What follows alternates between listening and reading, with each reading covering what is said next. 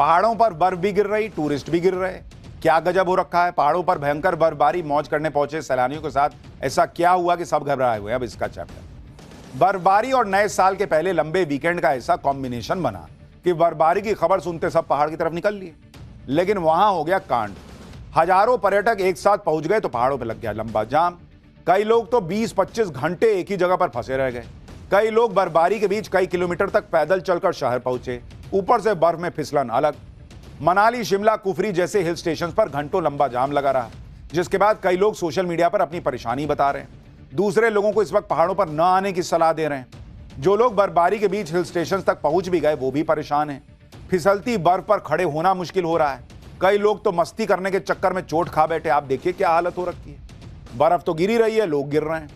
गाड़ियों के ब्रेक काम नहीं कर रहे। भीषण ठंड में लोगों का दिमाग काम नहीं कर रहा। कई लोग ऐसे हैं जो थोड़ी सी मस्ती के चक्कर में गलती कर दे रहे हैं, आफत मोल ले रहे हैं। भयंकर हालात हैं भाई। ये देखिए गाड़ी कैसे नाच रही है। जो लोग इस बर्फबारी के बीच हिल स्टेशन पर पहुंच भी गए उनके लिए मुसीबत कम नहीं है। लद लद लोग गिर रहे हैं। बर्फबारी के बीच जरा सी चूक हुई नहीं कि हादसा हो सकता है। इसको हल्के में मत लीजिएगा। देखने में आपको हंसी आ रही होगी लेकिन बहुत भयंकर चोट लगती है। ये देखिए, ये देख रहे माथा पटका गया। कई लोग की गलतियों की वजह से उनको बहुत चोटें आई हैं। ये देखिए गाड़ी धाड़ से मार दी। कई लोग हादसों का शिकार हो जाते हैं। सड़कों पर बर्फ की ऐसी परत जम जाती है कि ब्रेक काम नहीं करता। इतनी बर्फबारी में बाइक को संभालना कितना मुश्किल है आप देखिए। कार चला रहे लोगों के लिए मुसीबत ज्यादा होती है क्योंकि एक गलती जान पर भारी पड़ सकती है। मनाली में ऐसा ही एक हादसा हुआ है। एक कार ड्राइवर ने जाम से निकलने की जल्दी दिखाई तो उसकी कार खाई में जाके गिर गई। भाई देख रहे हैं वो रुक ही नहीं रही है। कैसे रुके? ब्रेक लगेगा नहीं बर्फ पे। कार को बचाने के लिए ड्राइवर ने पूरी जान लगा दी भाई कि गाड़ी रुक जाए। वो कार देखिए कार के साथ चला गया। ड्राइवर खड़ा हो गया आगे लेकिन कार को खाई में गिरने से नहीं रोक पाया। तो इसलिए बर्फ देखने में तो फोटो में बहुत अच्छी लगती है कि हम भी जाएंगे रील बनाएंगे, लेकिन बहुत सोच समझ के निकलिए। बहुत खतरा रहता है। इतना आसान नहीं है भाई कि गए और रील बनाए और बर्फ में मजा करके चले। और अब हमारा स्पेशल सेगमेंट सोचा है कभी, वो सवाल जो दिमाग की बत्ती जला दे। आज देश रिपब्लिक डे मना रहा है, लेकिन आपने कभी सोचा है कि देश के संविधान की पहली और ओरिजिनल कॉपी कहां रखी है? आज इसके बारे में आपको बताता हूं। भारत के संविधान को बनाने में 2 साल 11 महीने 18 दिन लगे, लेकिन कभी सोचा है कि इसकी ओरिजिनल कॉपी कहां है? आपको बताता हूं कि संविधान की पहली और ओरिजिनल कॉपी कहां है। संविधान की 3 मूल प्रतियों को सुरक्षित रखा गया है। तीनों प्रतियां संसद की सेंट्रल लाइब्रेरी में रखी गई। ओरिजिनल कॉपी 22 इंच लंबी है और 16 इंच चौड़ी है। संविधान की ओरिजिनल कॉपी में 251 पन्ने हैं। इन कॉपियों को बहुत सुरक्षित तरीके से रखा गया है। नाइट्रोजन गैस से भरे एक चैम्बर में मूल प्रति रखी गई। दरअसल nitrogen gas non reactive gas होती है। इस पर किसी भी चीज की प्रतिक्रिया नहीं। इससे कागज या लिखावट पूरी तरह सुरक्षित रहते हैं।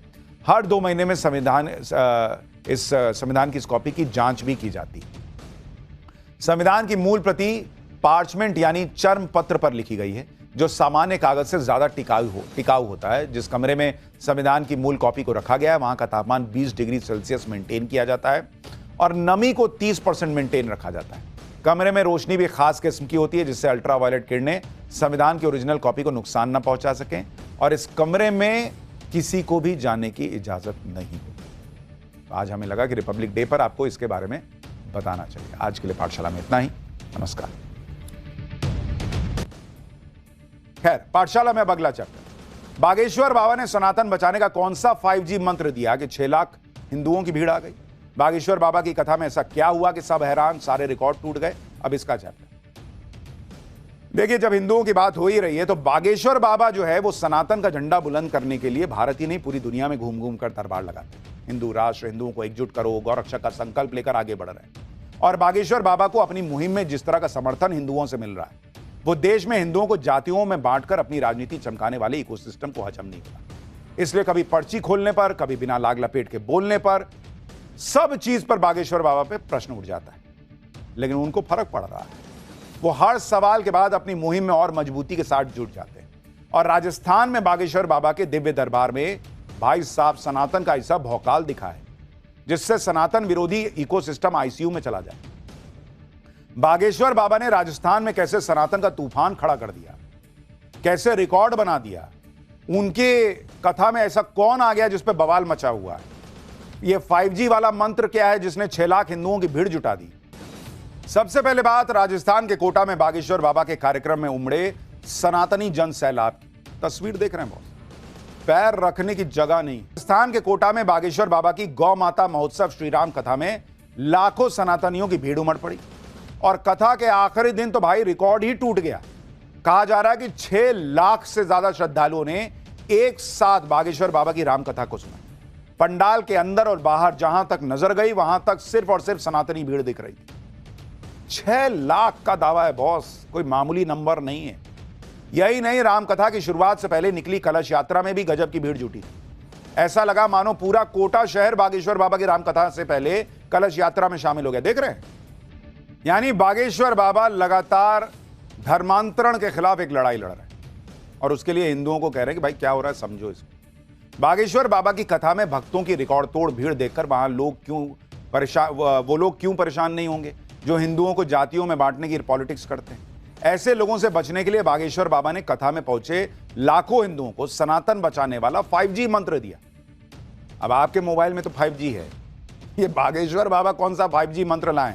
अब ये भी देखिए कि बागेश्वर बाबा ने कथा में सनातन बचाने के साथ ही राष्ट्र रक्षा की भी बात कहा कि राम कथा के साथ ही राष्ट्र कथा भी जरूरी है।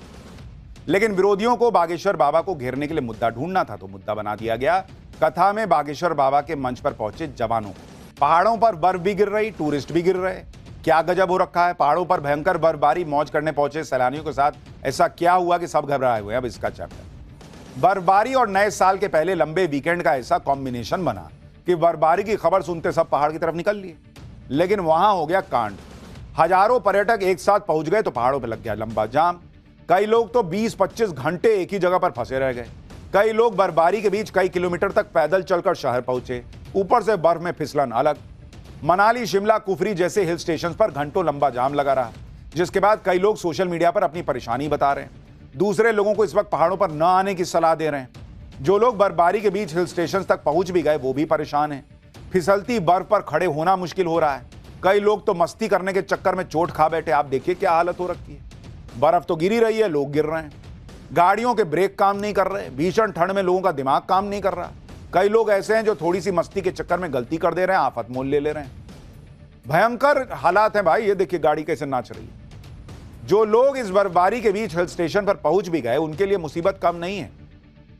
लद लद लोग गिर रहे हैं। बर्फबारी के बीच जरा सी चूक हुई नहीं कि हादसा हो सकता है। इसको हल्के में मत लीजिएगा। देखने में आपको हंसी आ रही होगी लेकिन बहुत भयंकर चोट लगती है। ये देखिए, ये देख रहे हैं, माथा पटका गया।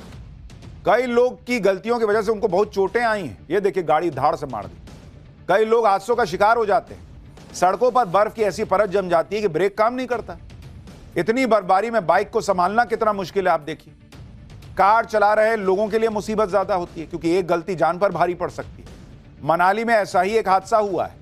एक कार ड्राइवर ने जाम से निकलने की जल्दी दिखाई तो उसकी कार खाई में जाके गिर गई। भाई देख रहे हैं, वो रुक ही नहीं रही है। कैसे रुके, ब्रेक लगेगा नहीं बर्फ पे। कार को बचाने के लिए ड्राइवर ने पूरी जान लगा दी भाई कि गाड़ी रुक जाए। वो कार देखिए, कार के साथ चला गया ड्राइवर, खड़ा हो गया आगे, लेकिन कार को खाई में गिरने से नहीं रोक पाया।